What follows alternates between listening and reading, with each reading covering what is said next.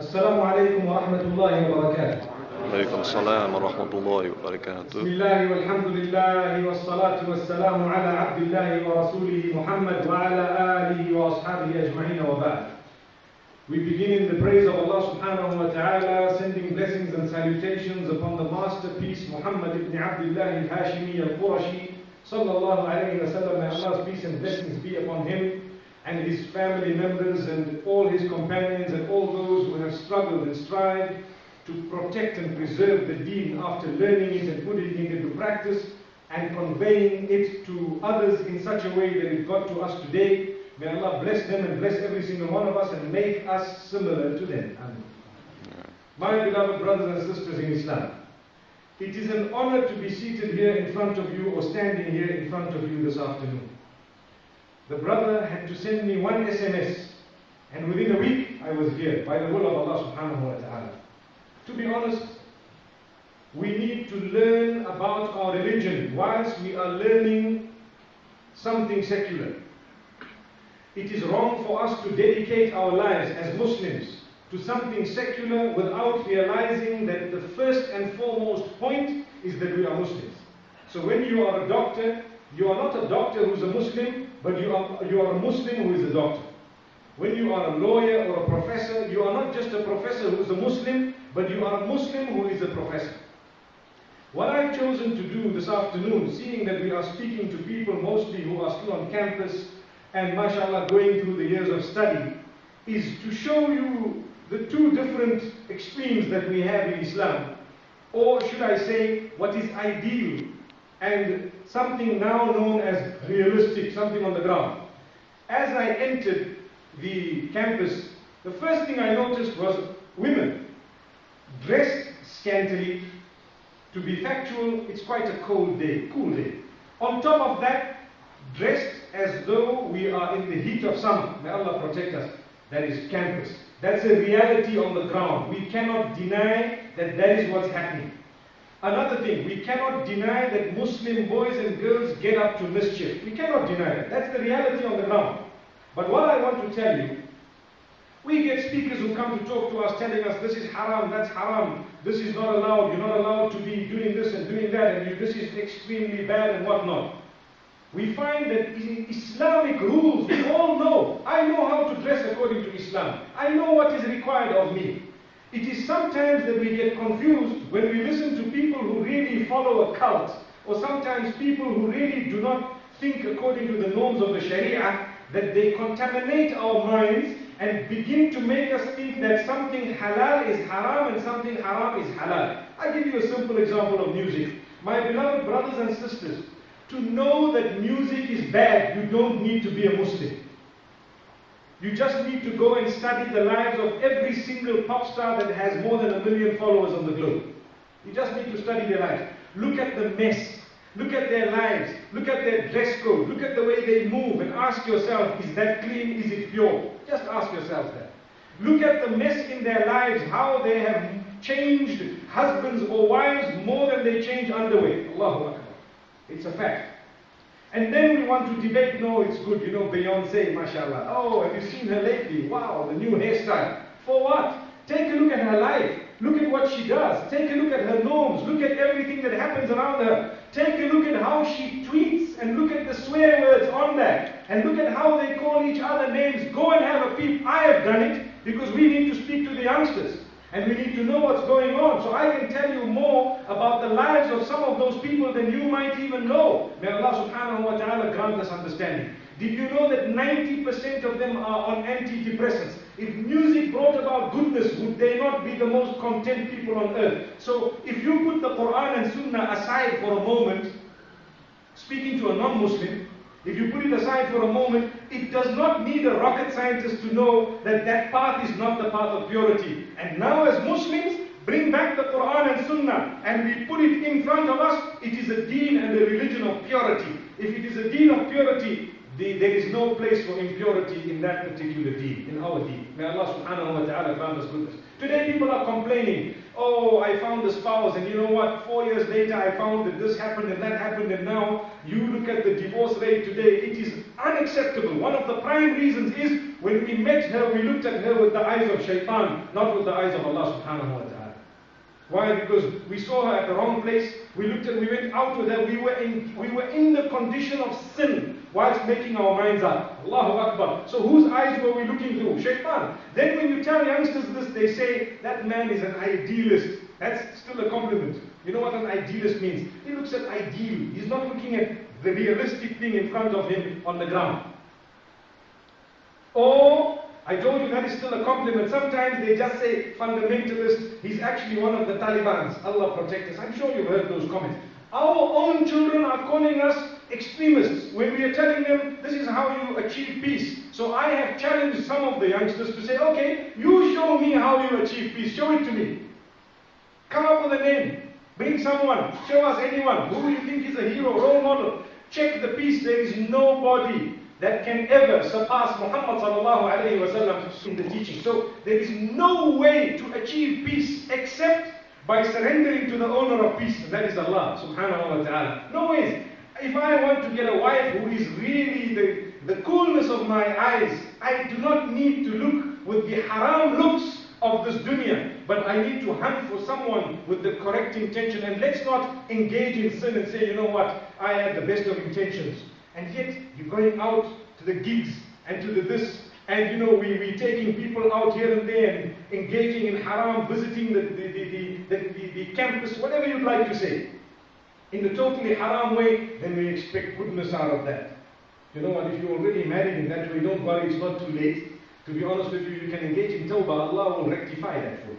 If both husband and wife engage in tawbah after they have done wrong, Allah will rectify it for us. But what we're saying is, on one hand you have people who are teaching us what is right and wrong, and on the other hand you have total liberals who say, look, there's nothing wrong, you know, you can do as you want. As a Muslim female, you don't need to wear a scarf because, you know, on campus they look at you more when you have a scarf than when you don't. What type of justification is that to remove the scarf?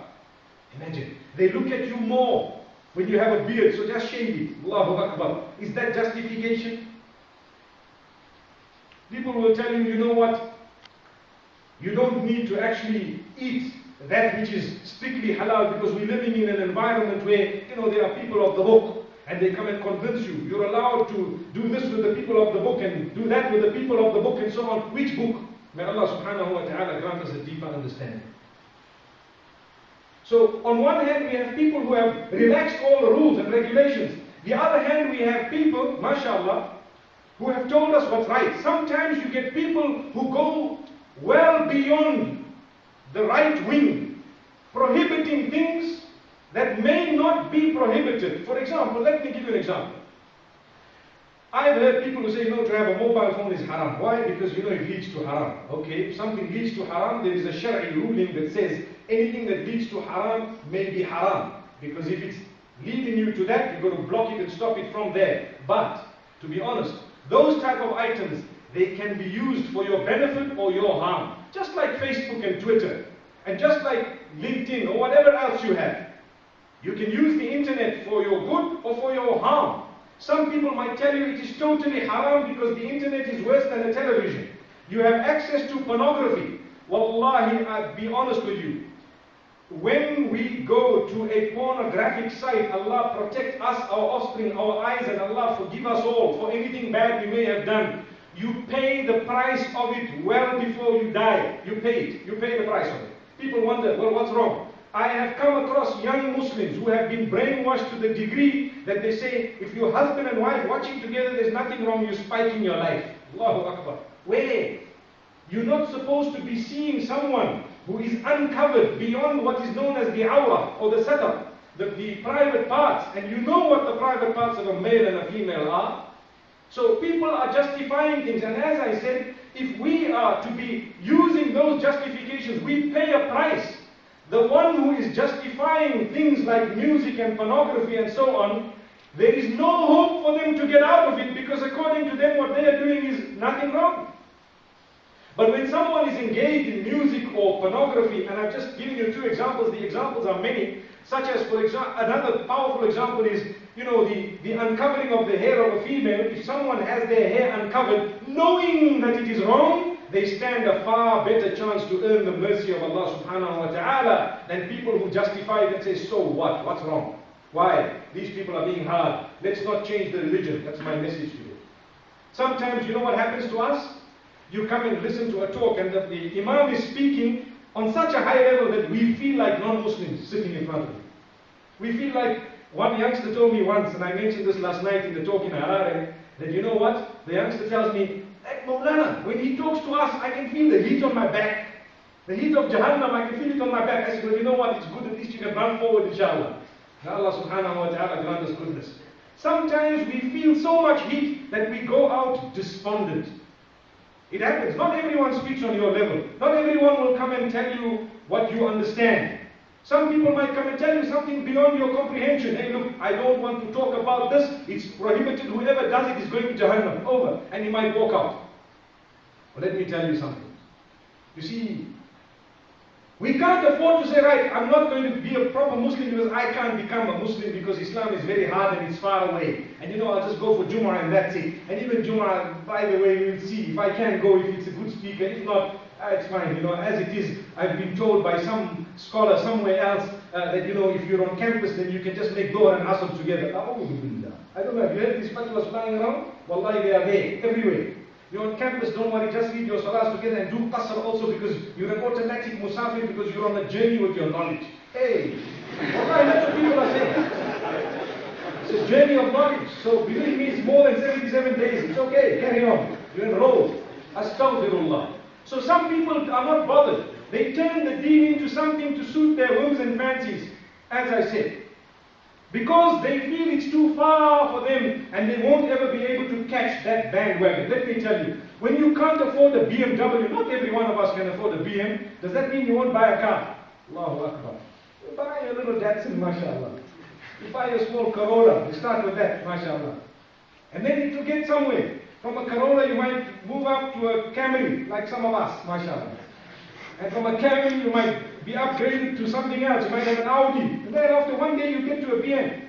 But if you think I can't get to a BM so I'm going to walk, you'll walk for the rest of your life. So if you think the deen is too far for you, so you don't want to get into it, you're never going to get into it.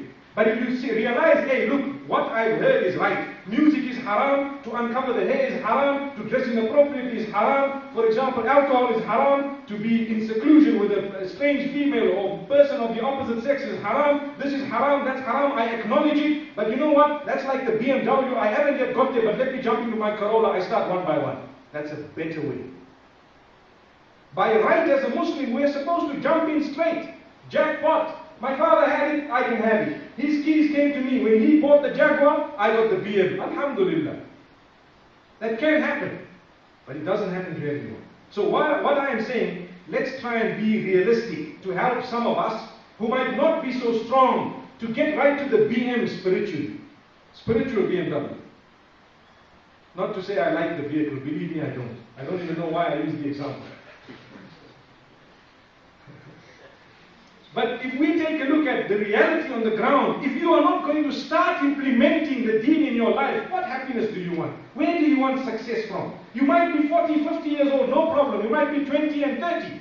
Start now, obeying Allah's instructions one by one. Ideally, you're supposed to take it completely. Ya ayyuhalladhina amanu dukhulu fi silmi kaffa. O you who believe, enter into submission in totality. That's the command. And if you can't enter into totality at once, what do? But you stay outside Islam and just say hello to the Muslims. No, that's not the way. You enter one by one. Your aim must be, Ya Allah, make me very soon, very, very soon from amongst those who can enter in totality. Then you achieve success. And I've chosen to talk about this on campus because campus, believe me, if you do not have a strong willpower, you can be drawn into the biggest sins that a few years ago you didn't even smell and you never even dreamt that you would commit them. Today what is right? Let me tell you what's right. Drugs is more right than you can imagine. It starts off with what we call weed. What's weed? It's a little leaf. In fact, I shouldn't be asking you know what it is. You should be telling me. Allahu Akbar. May Allah grant us goodness because we see it around us. We hope and pray that we are not in it. And if we've been in it, believe me, it's not too late. Jump into to the Corolla now, the spiritual one, and start giving it up. Throw it away. Then you have a happy home, you'll have lots of wealth, you'll be able to have children whom you are proud of, whom you will be a role model of, because we are now adults. And we need to start preparing a life so that we can get the new generation coming up. Soon they will be in the universities. And at that time, you know what will be the in thing? What's happening in the States right now? Sex change. Every other person has had a sex change. So you don't even know what's going on. They've had a sex change and it's the in thing. Just like I seen someone who shaved their eyebrows totally and tattooed, a sister. And I happened to ask some people, hey, why are they doing this? They say, no, that's the fashion. That's the fashion. Okay, so we follow all the fashion. So now they're tattooing the ankle. The ankle is tattooed with a little dolphin. I don't know if you've seen it. So, and then what we do, we follow that because it's the fashion. And then what happens? You might have seen the upside down Mercedes sign from the back here. May Allah protect us. Show you. Why? That's the fashion. Then what happens? That also drops. And everything else goes. And the young brothers, may Allah protect us. I call them half bummers. You might have heard it in some of my talks. Where does it come from? It's the fashion. We drop ourselves to lower than the lowest. We have now hit a new low, which means lower than the lowest available. We've gone right now. Why? We just follow it. A Muslim follows Allah and His Messenger. You will achieve true peace, true harmony. You will have respect on the globe. When you walk, people say this man is respectable. Your accountancy firm, everybody knows here, you will have a proper service. Everything is to the T. Imagine a man, he's got a top accounting degree or a beautiful medicine degree right at the top. He passed with flying colors and so on, and yet he's a drunkard. He visits the casino every other day. What type of a doctor is he going to be? We've had cases where we've entered the casualties with people, emergency, and you find the man on call comes and he's talking to you like, sorry, what happened here? And he's literally bubbling of saliva. You look at him and say, it's okay, take your sick person and go away. Better they die safe than to live unsafe. Allahu Akbar. I don't know if you know what I mean. Because we worry. So dignity and respect is what Islam offers you. Do you want it? If you want it, jump on the bandwagon today. May Allah subhanahu wa ta'ala open our doors. Don't ever think Islam is too far, too hard. Start somewhere, you're going to get there. You might die not having got to the ideal, but Allah knows you were improving one thing at a time, and it came one at a time, so Allah said, my worshipper, I know what you were doing. You were coming closer and closer towards me. There was never a time when you actually went away from me, so I grant you paradise. Allah can do that. Because the environment around us is hostile. When I say hostile, I mean hostile towards the purity of Islam. We don't want to comment about those who are not Muslims. They are free. They can do what they want. If we happen to talk to them and they talk to us, they want to know about Islam, or we want to explain to them once in a while what we believe, it's okay. We cannot shove our rules down the throats of those who have not accepted the faith of Islam. But here we are talking to Muslims. We have chosen Islam out of our own free will. And this is what we say. We are all human beings, as citizens of this country, for example, free to believe what we want. But the minute we chose Islam, we have, through our freedom, chosen to put rules and regulations on our shoulders. That's what has happened.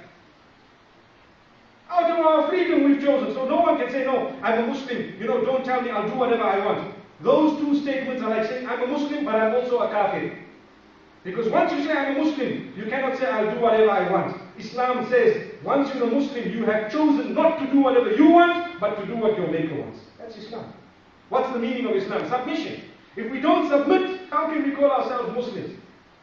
So now comes a sector of people, the bulk of people. They fall under a bracket where they are submitters, but there are certain things they falter in. All of us. We make mistakes. We commit sin now and again. May Allah safeguard us. We don't want to commit major sins, sometimes minor things. Sometimes without even knowing, we commit a sin or two. What happens to us?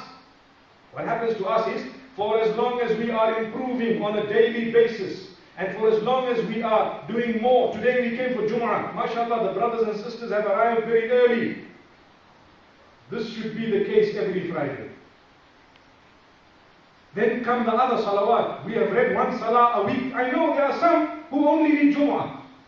And some only read Eid. And some don't even read the Eid.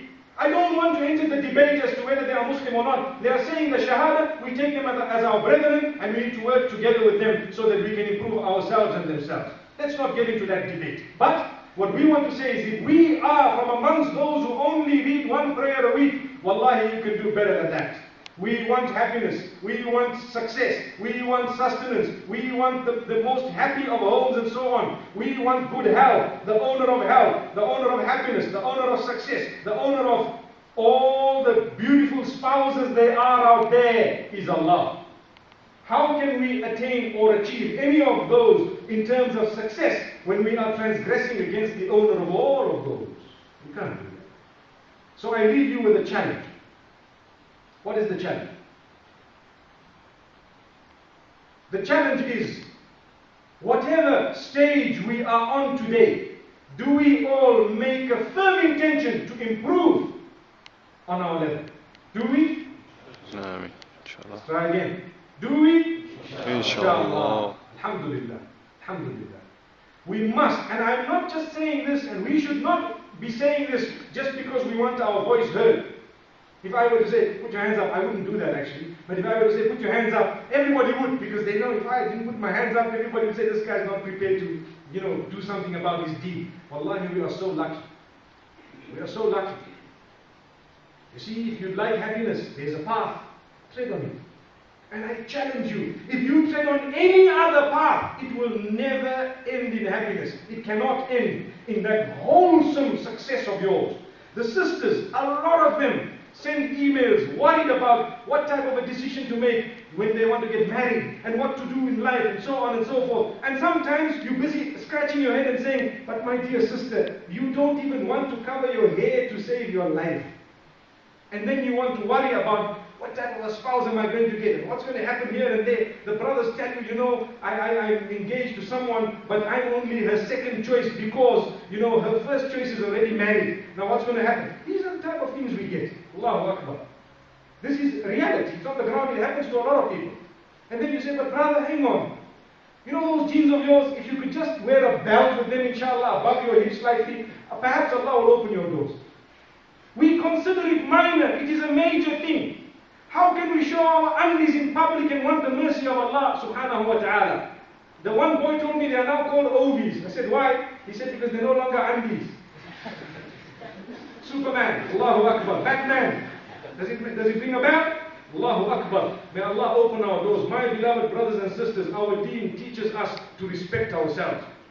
Dignity. Never find yourselves with a bottle. Never find yourselves with a drug. If you have found yourself with that, this is the day to engage in tawbah.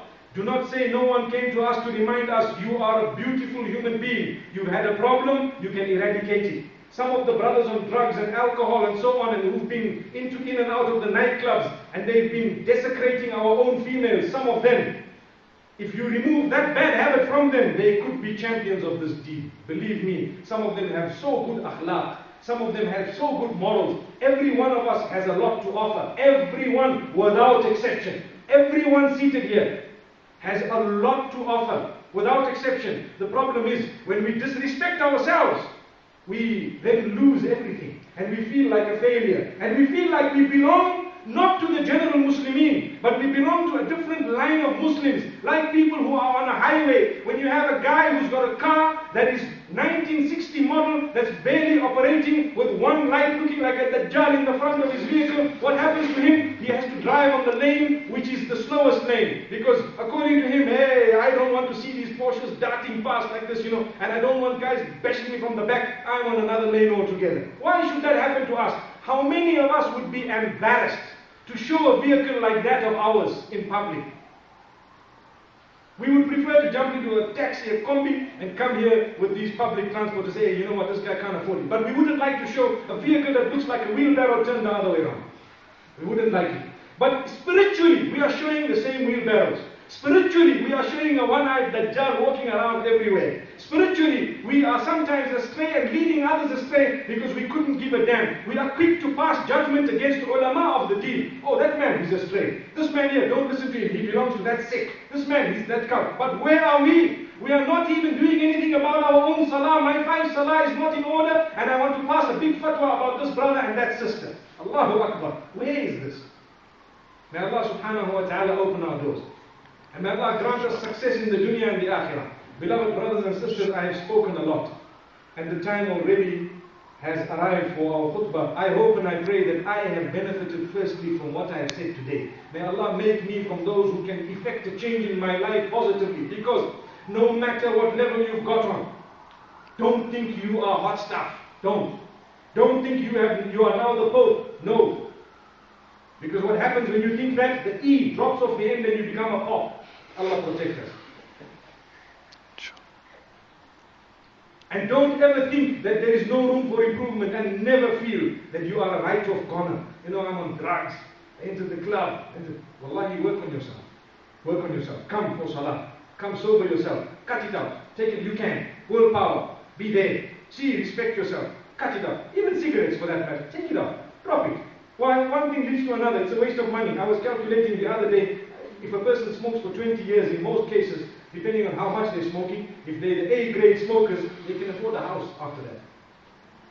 And the guy's still living in rented accommodation. Sometimes one thing led to another, and he's gone well beyond the, the devil's limit as well. Where the devil shies away from some people. Hey, you know what? I taught him up today. Now what he did, I'm learning.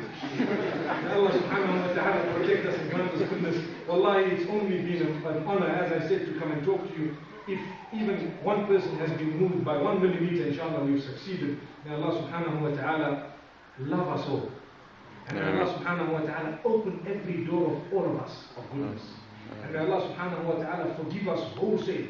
And may Allah grant us a new chapter, a beginning. My beloved sisters, to improve your dress code is just a flash and a click of willpower, wallahi. My beloved brothers, to eradicate your bad habit, no matter what it is a flash of willpower. Ask Allah and be strong, and you shall get it by the will of Allah. Till we meet again. Sallallahu wa sallam wa baraka ala nabiyyina.